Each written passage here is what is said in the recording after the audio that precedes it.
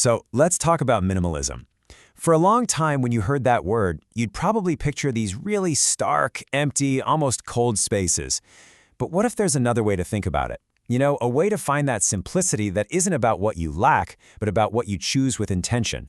And this, right here, this is the question that really gets to the heart of the matter. You see one of those perfect all-white rooms on the internet, and you just have to ask, is it actually livable? Does it have any soul?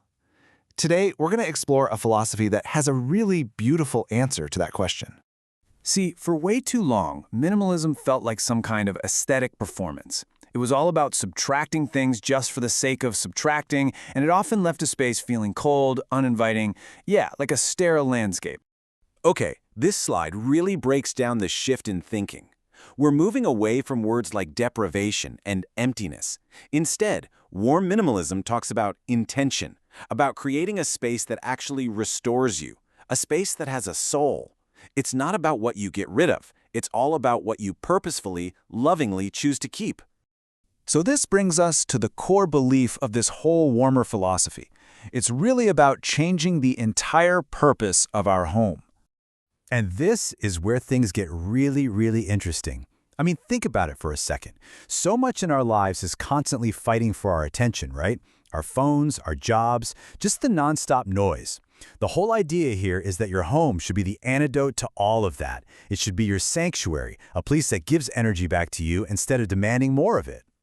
And look, this is not some rigid, one-size-fits-all rulebook. Not at all. Warm minimalism is a really flexible idea, a way of looking at the world that can be expressed in so many different ways. Let's take a look at a few examples of how this can really come to life. First, we can head north for inspiration. Think Scandinavian design, but with a lot more soul.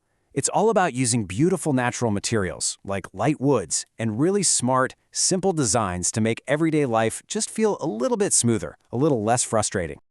Okay, now let's go east. Here, the focus is all about creating this deep sense of quiet. We're talking low-to-the-ground furniture and really embracing the beauty in imperfection. The whole Japanese idea of wabi-sabi. The goal is to design a space that literally helps reset your nervous system. We can also find that warmth by connecting our homes back to the earth. This means getting away from all the sharp, rigid angles and bringing in natural curves, raw stone, and unfinished woods. It's about bringing the textures and the rhythms of the natural world right into our living spaces. This philosophy also thinks about how we connect with other people. It's about designing a home around the act of gathering, maybe a huge dining table that just begs for long conversations, or cozy seating that's arranged to bring people together.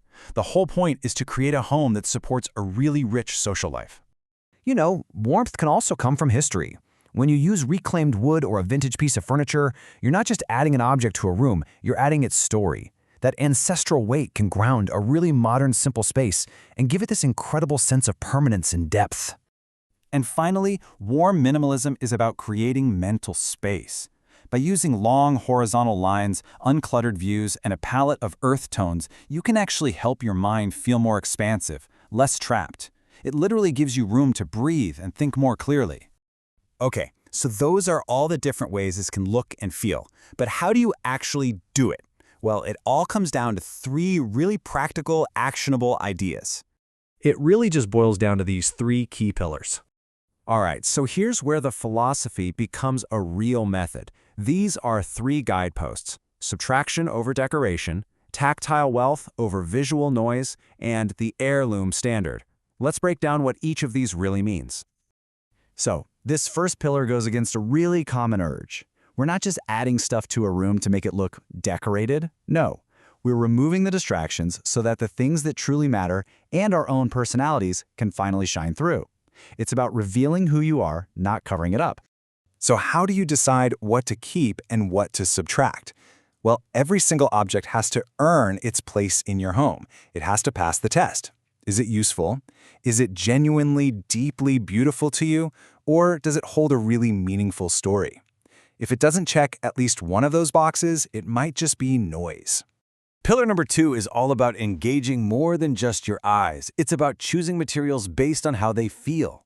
The warmth of a real wool blanket, The cool, solid feel of a stone countertop, the rough texture of raw wood, that's tactile wealth, and it creates a much, much deeper sense of comfort than a room just filled with a bunch of visually noisy stuff. And the third pillar, well, this one is a stand against our whole disposable culture. Instead of buying trendy, cheap furniture that's just going to fall apart, the heirloom standard asks us to invest in pieces that are built to last a lifetime. With this mindset, a scratch on a table isn't some flaw to be fixed, it's a memory. It becomes part of the story of a life being lived. So, when you actually bring all of these pillars together, you create something that's so much more than just a well-designed room. You create a mirror. And that right there, that's the ultimate goal. See, minimalism isn't about becoming less of yourself, it's about curating your environment so that the truest, most authentic parts of you are amplified. When the room around you gets quiet, your own mind can finally speak. So, I'll just leave you with this one question to think about. Forget about the trends. Forget about what you're supposed to have. What if you designed your space to be a true reflection of your values, your history, your actual soul? What do you think it would show you?